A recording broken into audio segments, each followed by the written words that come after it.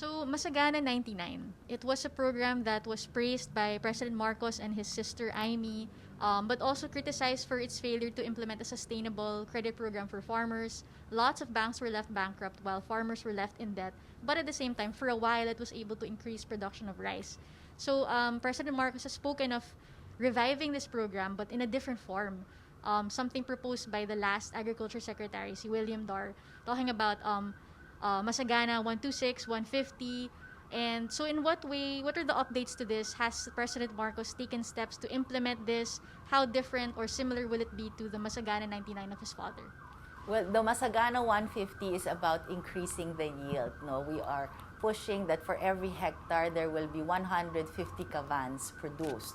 So that is in the part of the marching order about how to increase the yield of our farmers. It is still being thoroughly discussed because now we have ACPC, the Agricultural Credit Policy Council.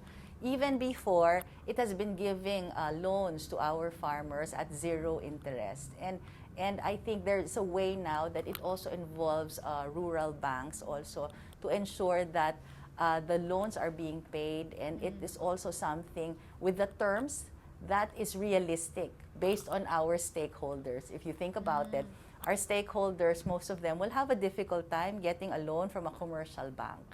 That is where ACPC comes in. And we have programs. We have a program, a loan program for the youth. We have loan program for farmers with startup capitals and all that.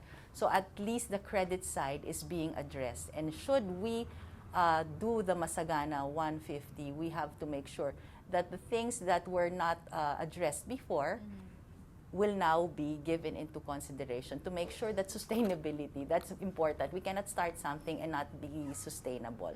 So that is part of our recommendation as well. Will the Masagana 150 involve also combining high-yielding seeds for rice with fertilizer? Because I think that was also another aspect of Masagana 99, which led to high production, but also was criticized because daw, parang it made the farmers dependent on a certain type of fertilizer, a certain type of variety of seeds. So, will that aspect also be in Masagana 150?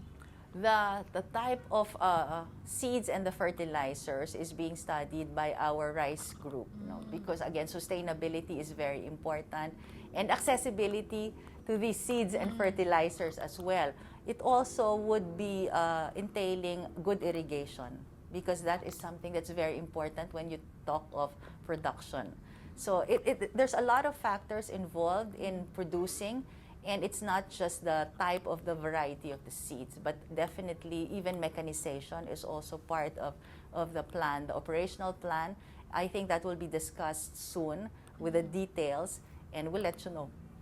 Okay, so far Masagana 150 is just a recommendation. Yes. Hindi pa siya, President Marcos hasn't greenlit it. Yes, because we are working on the details, and the operational plan is very important, because even if we have the framework, the details on how it's going to be implemented will also mean specifying if there are certain budget allocations that would be needed, and at the same time, the timelines can be well defined.